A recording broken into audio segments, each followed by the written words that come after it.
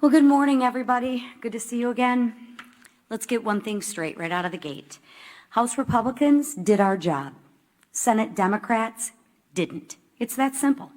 More than 1 month ago, under the leadership of Speaker Mike Johnson, the House passed responsible legislation to keep our government, your government, open.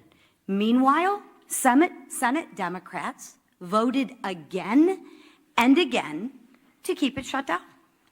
So before anyone throws around cheap insults like one Democrat member did on social media this week, and I'll just read it. Lazy Mike Johnson has made himself irrelevant and pointless. You know, I always find that funny. When you can't beat us on the issues, what do children do? They personalize it.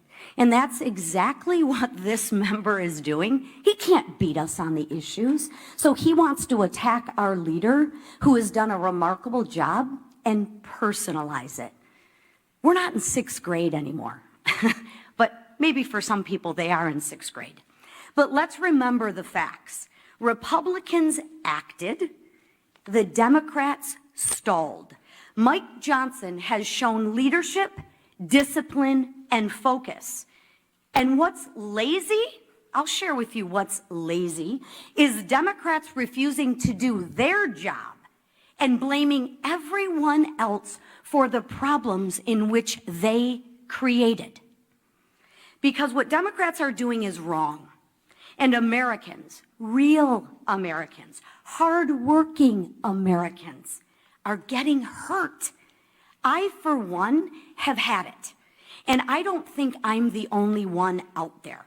On Sunday, a Democrat House member admitted to the Wall Street Journal that his party is being pushed by far-left groups. He said the quiet part out loud, everybody. He said what we've been saying forever. He said Democrats were lying to the American people about the reason behind the shutdown. Well, that's a shock, right? It isn't for health care. It isn't for health care, because if it was about health care, they wouldn't have stripped the $50 billion rural health care fund. I mean, come on, Democrats, get your stories straight. At least get a good story that you can spin to the American people, but you can't even keep your story straight. Listen, what the speaker said, Ronald Reagan was right. Trust the American people. And you know what? I'll say it again. When the facts aren't on your side, you have to personalize it and you have to lie. But the question right now is, at what point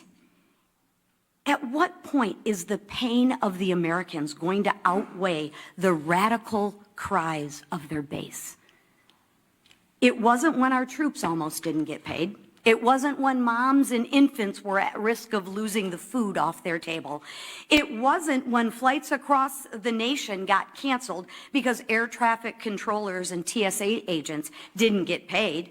No. When that happened, Democrats said, every day gets better for them. Really? Maybe because they're getting paid while the people who they represent are not. That's what they said. They said pain for the American people was their best leverage.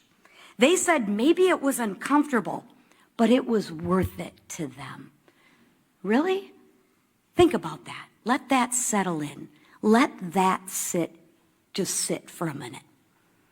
So now I ask, will it be enough pain this weekend when 42 million Americans lose access to food on their table? Will it be enough when 2 million Americans miss a paycheck?